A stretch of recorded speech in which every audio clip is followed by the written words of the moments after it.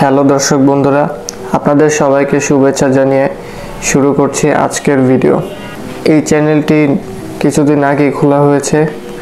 এটি একটি নতুন চ্যানেল, তাই যারা আমার ভিডিও দেখবেন তারা সবাই নতুন।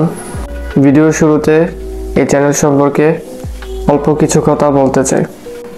আপনারা যারা আজকে সারাদিনে কি ঘটলো, কি খবর আসলো, এগুলা সঠিকভাবে বা সঠিক খবরটা পেতে চান এবং সব খবর এক জায়গায় পেতে চান, তাদের জন্যই আমাদের এই চ্যানেল।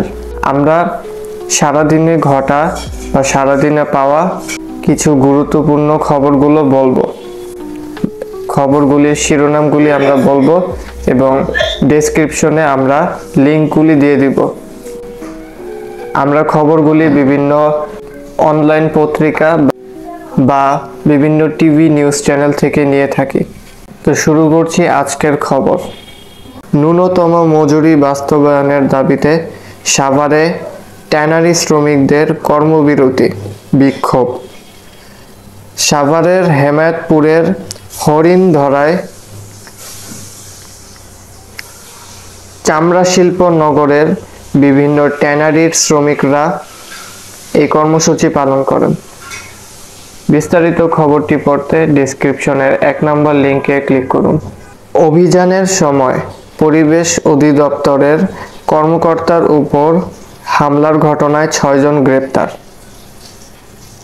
রাজধানীর চকবাজার এলাকায় পলিথিন কারখানায় অভিযানের সময় পরিবেশ অধিদপ্তরের কর্মকর্তার উপর হামলার ঘটনায় 6 জনকে গ্রেপ্তার করা হয়েছে। বিস্তারিত খবরটি পড়তে ডেসক্রিপশনের 2য় লিঙ্কে ক্লিক করুন। লালমনিরহাটে সুড়ঙ্গ খুঁড়ে সোনালী ব্যাংকে চুরির চেষ্টা। সোনালী ব্যাংকের লালমনিরহাট সদরের বড়বাড়ি হাট শাখায় 6 ফুট গভীর গর্ত খুঁড়ে চুরির চেষ্টা করেছে একদল দুর্বৃত্ত।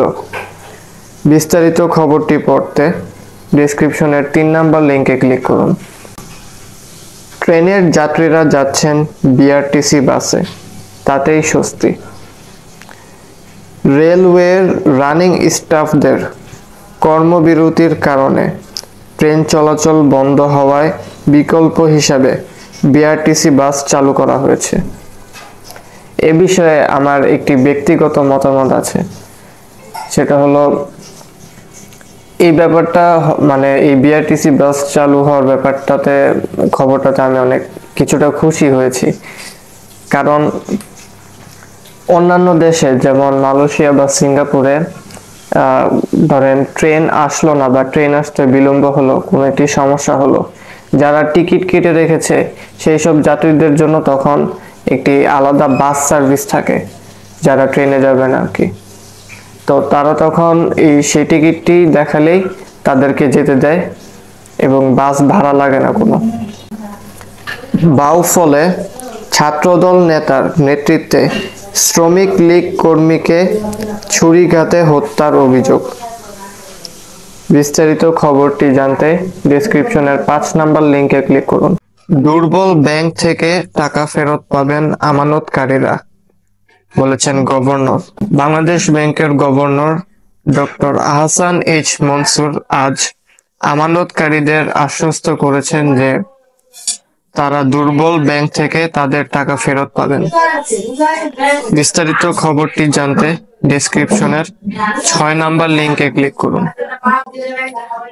এই ছিল আজকের কিছু গুরুত্বপূর্ণ খবর।